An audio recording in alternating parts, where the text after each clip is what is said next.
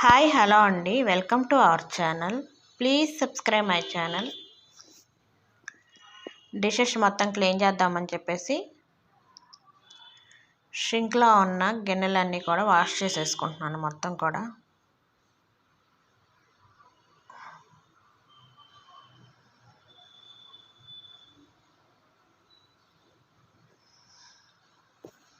One by one మొత్తం clean చేసేసుకుంటున్నాను.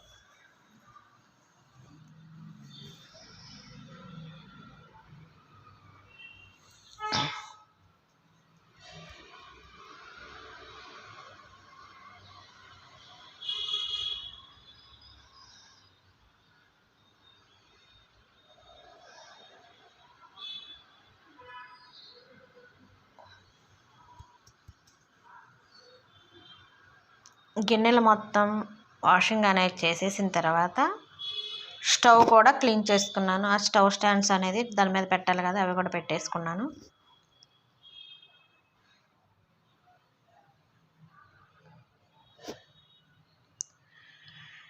ఇక రైస్ కడిగేసి స్టవ్ మీద పెట్టాను. నేను ఎక్కువగా కుక్కర్లోనే వండుకుంటాను, విడిగా నాకు కుదరదు, ఎందుకో తెలియదు. పప్పు చారు పెట్టేసి బంగాళదుంప ఫ్రై అనేది చేద్దాం అనుకుంటున్నాను నేను.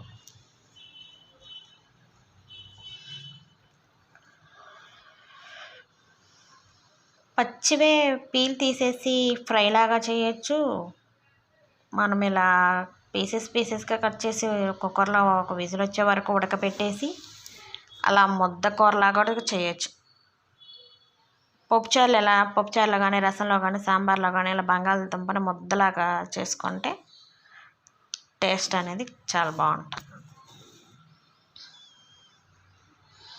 అవన్నీ టమాటాలు అవన్నీ కట్ చేశాను. ఉట్టి పప్పే ఉడకపెట్టాల్సింది, అలా చేశాను.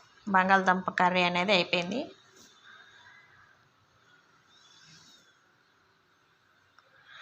చారు కూడా రెడీ అయిపోయింది ఫ్రెండ్స్. ఇక తాలింపు పెట్టేయడమే.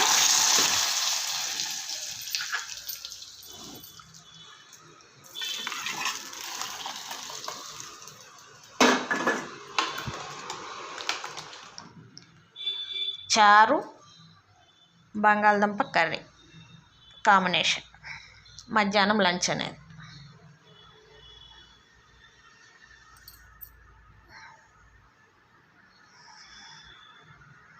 మధ్యాహ్నం లంచ్ అనేది చేసేసాం ఫ్రెండ్స్.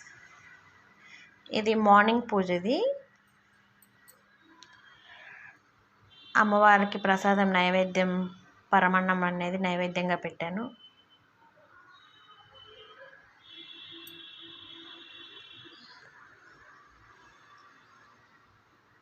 పూజ అంతా అయిపోయిన తర్వాత అమ్మవారికి నమస్కారం చేసుకుంటే అంతే, పూజ మొత్తం కంప్లీట్ అయిపోయింది.